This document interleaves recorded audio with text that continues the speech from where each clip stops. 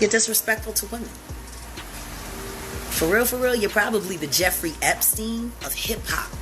When news emerged that Diddy was put on self-harm watch, the world gasped. How could someone who once epitomized confidence and success, a man who rubbed shoulders with presidents and threw million-dollar parties, reach such a low point?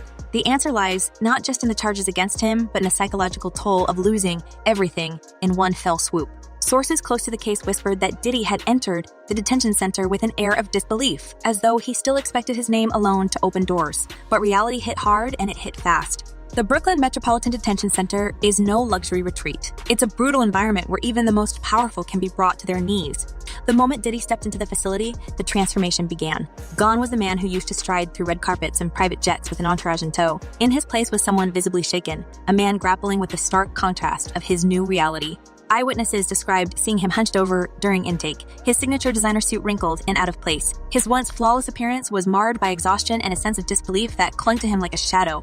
For those who knew him, it was almost unthinkable. This was Diddy, the king of confidence, reduced to just another inmate in an overcrowded facility.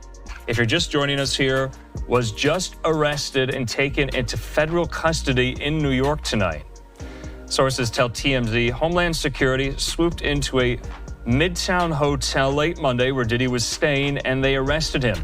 Diddy Combs was denied bail for the third time, a federal judge saying that the government had proven by clear and convincing evidence that there were no conditions of release that would ensure the safety of the community. Breaking news like this doesn't come around every day. Imagine the headline. One of the most influential figures in the entertainment world, Sean Diddy Combs, now sitting in a cold, stark cell at Brooklyn's Metropolitan Detention Center. The man who once commanded a global empire of music, fashion, and luxury is now reduced to a shadow of himself, wearing an orange jumpsuit, eating instant noodles, and battling demons far more terrifying than anything he's ever faced before. But there's more to this story than just a celebrity's fall from grace. It's a chilling tale of paranoia, power, and the weight of secrets that might just be too heavy for even a man like Diddy to carry.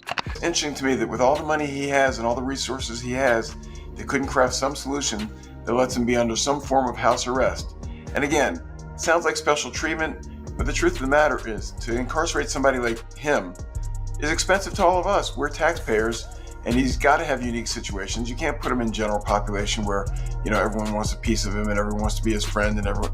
Inside the detention center, the atmosphere was electric, with tension the day he arrived. Guards whispered amongst themselves, aware that this wasn't just any new inmate. Inmates, too, watched him with a peculiar mix of curiosity and disdain. For many, Diddy wasn't a hero or an icon. He was a cautionary tale. Whispers traveled quickly through the halls. Rumors about the charges against him, stories of his extravagant lifestyle, and speculation about how long he'd last in a place like this. It wasn't just the inmates who were on edge. Even seasoned guards admitted that having such a high-profile figure in their care brought an unusual amount of pressure. "He's not safe here," one officer reportedly muttered, though it wasn't clear whether he meant from others or from himself. The first few days were a study in contrasts. On one hand, Diddy seemed determined to maintain some semblance of control. He moved through the facility with his head held high, as though trying to convince himself, and everyone else, that he could handle it. He spoke to guards with the same commanding tone he likely used in boardrooms, asking for accommodations that no one in his position could ever hope to receive. But underneath the surface, cracks were already forming. Observers noted that his confidence seemed forced, a thin veneer barely concealing the fear bubbling underneath. It's a legitimate concern. No judge wants to wake up and read the headlines the next day, oh, they treated this guy special and they gave him bond, and now he's gone and he fled from justice. So that's what's in the back of most judges' minds. On the other hand, we deal with cases where clients have significant funds sometimes. And sometimes where there's money, you can craft a unique solution. Years ago, it was the ankle bracelet and the ankle monitor. His physical appearance began to change almost immediately. By the time of his first court appearance, just weeks into his incarceration, observers were stunned. Gone was the robust, impeccably groomed mogul they were used to seeing. In his place stood a man who looked visibly thinner, his hair streaked with gray, his eyes hollow and bloodshot. "It's astonishing," one journalist remarked. "This astonishing," one journalist remarked. "This is someone who spent decades projecting an image of invincibility. And now you can see the toll this is taking on him." The contrast was stark, especially when compared to footage of Diddy just months earlier, living his best life in Central Park, laughing and playing hacky sack with friends. The man standing in court now was unrecognizable. But it wasn't just the physical toll that had people talking. It was the psychological unraveling that seemed to be happening before everyone's eyes. Paranoia became a constant companion for Diddy, according to sources within the prison. He was said to frequently glance over his shoulder, even when surrounded by guards. He avoided conversations with other inmates, choosing instead to isolate himself whenever possible. And then there were the whispers, the ones that hinted at a deeper fear, something beyond the immediate threat of prison violence. He keeps saying, "They're watching me," one guard reportedly confided, but he never says who they are. The paranoia reached a fever pitch after Diddy's third bail attempt was denied. By this point, he'd already been rejected twice, but insiders say he truly believed the third time would be different. He had a team of top-tier lawyers arguing on his behalf, and he was convinced they'd be able to secure his release.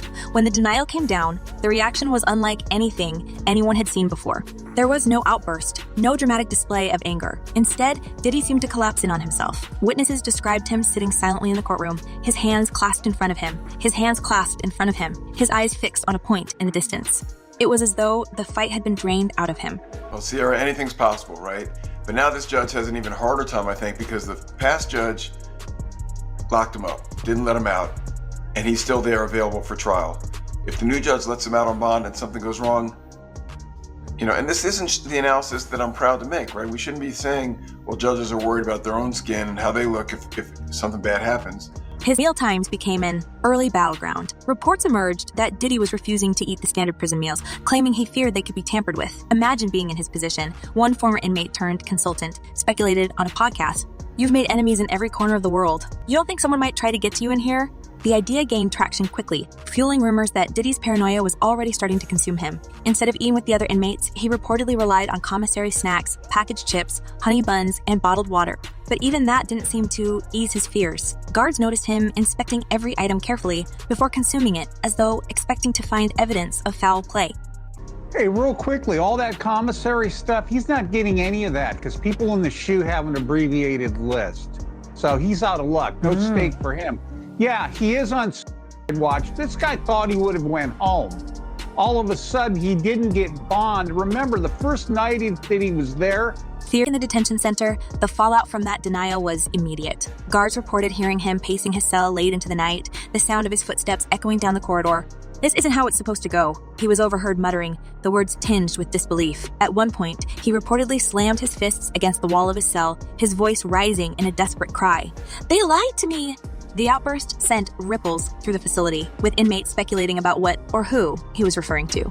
And then came the sock incident. It was the moment that took the whispers and rumors to a whole new level.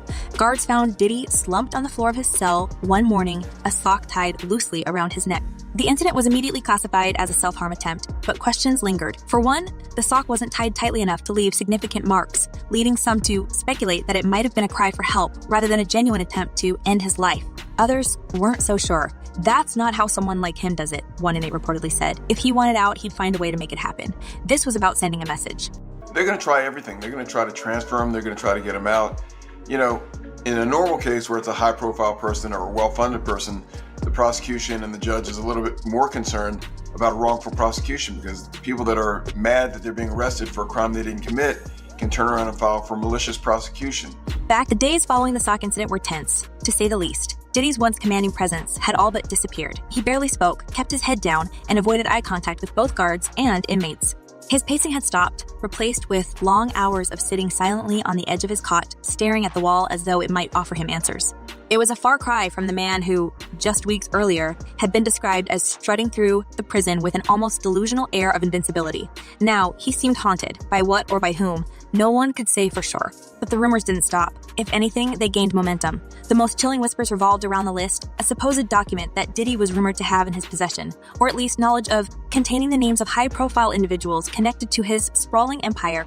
According to prison gossip, this list wasn't just a career-ending liability. It was a ticking time bomb. Some said it included powerful names from politics, business, and entertainment, people who would do anything to ensure it never saw the light of day.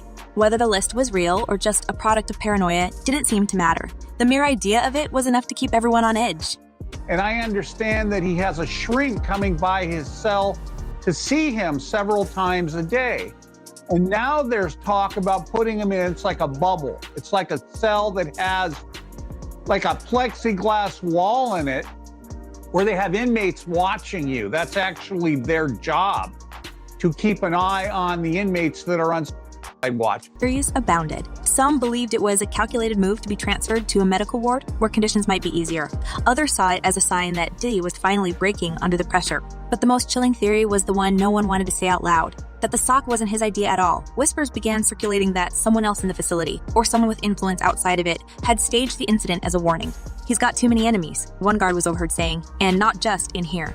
The sock incident marked a turning point. Diddy's demeanor changed noticeably in the days that followed. The once defiant mogul now seemed withdrawn, his movements slower, his gaze more distant. He stopped talking to the guards, stopped pacing his cell at night. It was as though he'd resigned himself to his new reality, a man who'd finally realized the full weight of his situation. So the sock incident became the spark that set off an inferno of speculation. Inside the walls of Brooklyn's Metropolitan Detention Center, whispers became full-blown conspiracies.